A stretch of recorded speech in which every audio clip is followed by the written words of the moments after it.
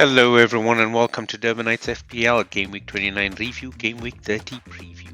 So after the short week and then a long international break, let's see where we are on the table. No changes this last week and very low scores, just four games on Gameweek 29, and you can see the scores reflecting that. Biggest winner here was Dora, moving up to 3 points behind the Fataliteam. Now very close to regaining the lead if she has a good week this week. Lots of close battles all over the show here. Third and fourth super close, as well as fifth and sixth. Seventh is the only one standing on an island currently, about 30 points adrift from 6 and about 50 points adrift from 8. But down at the bottom, 8, 9 and 10, super close. 21 points between those three. Now, let's look at the player selection, which was really strange again for this week. A lot of people playing their free hits.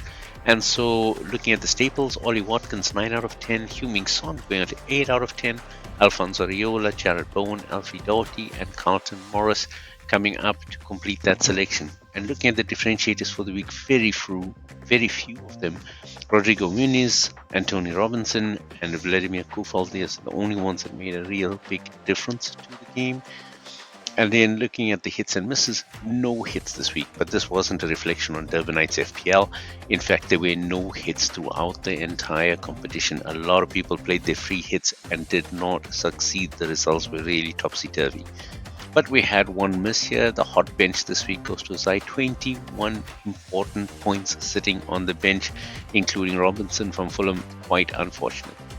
Now looking at the best possible selection we could have got out of the team that week, this is what we could have got. Really looking again, Leno at the back, Kufal, Robinson, and Muniz are the only ones that performed. Everyone else very average to mediocre scores, which means that for that week, 69 points would have been the best that we could have got, plus 80, including the bench boost, for a really low cost of 77.6, which is not unexpected considering that a lot of the teams that played are from the relegation zone as well. Now, looking at the fixture rating for the week coming up ahead, again, we're back to a full 10 game week. So, a few teams to choose from. Bournemouth, who were in good form, now have a few good games coming up ahead. And then you've got Chelsea, who've got two fairly good games aside from the Manchester United one in game week 31. Crystal Palace, Fulham, Liverpool are looking to now put pressure back and get that lead at the top of the table, considering that Arsenal is playing Manchester City this week, so they have a good chance of doing that. And then you've got Newcastle, who now have a fairly good run towards the end of the season with just a few challenging games. So start looking at those Newcastle players again. Now, looking at the ones to be cautious with, Arsenal and Man City are the big callouts here. Arsenal have City this week, of course, and likewise City have Arsenal. But then they're looking at Brighton and Aston Villa respectively, and only one kind of really winnable game in this 3-week period, so just be cautious on that. Then you've got Brighton, who've got Liverpool and Arsenal coming up. Luton, who've got Spurs and Arsenal coming up. West Ham got Newcastle and Tottenham coming up. So you can see a lot of reds and oranges in here. Ideally, you want to minimize or remove players from these teams or look at putting them on the bench. I'm not saying they can't score. This is always a possibility, but generally it would be quite tough to call. Now, looking at the players, quite a few things to talk about the back line. Alisson Becker is still out, Robert Sanchez still out, and Nick Pope still out. So three major goalkeepers still out and probably out for the rest of the season. And then you're looking at from the defender side, Alexander Arnold still out for Liverpool, Botman is out for Newcastle, Trippier is doubtful, but it's 75% chance that he might play. Same for Gabriel, Walker, and Akanji. So chances are they will also feature. Stones, I think, is at about 50% chance of playing, and Emerson is doubtful for the game. Now, considering these players here and looking at the fixtures for this week, really the call out is from the goalkeepers. These goalkeepers have a fairly good run coming up. Looking at the fixtures list as well, Neto from Bournemouth, who's done really well and has some good games coming up. Fulham with Leno after that Spurs win, they're really also looking to be in the ascendancy. Kelleher for Liverpool, now that Beck is out for a longer period, he's doing really well at the back. And then Dubravka also for Newcastle, considering Newcastle's run to the end of the season, definitely one worth looking at.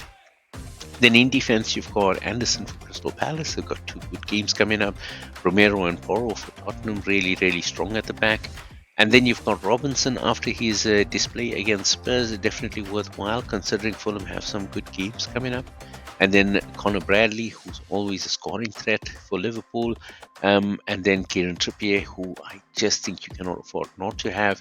And then Fabian Schär, who's also been scoring quite well recently.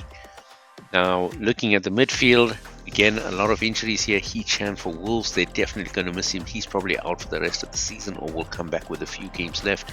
Sinistera from Bournemouth, Olise still injured for Crystal Palace. Jota is probably out for the season for Liverpool. And then Saka, the golden boy, is now doubtful for Arsenal, but again, 75% chance that he might play, so I think they will probably risk him, especially for City. Same for Martinelli. Neto from Wolves and Mitoma are both also probably out for the season, so that is going to be quite disappointing. Then looking at the picks, you've got Palmer and Sterling from Chelsea. Now Chelsea have a good run coming up. Some tough matches along the way, but of course they really are. Cole Palmer is performing quite well, and they do have 2 additional games that need to be squeezed in. So there's a few double game weeks or maybe a triple game week coming up for Chelsea. So definitely want to be looking at.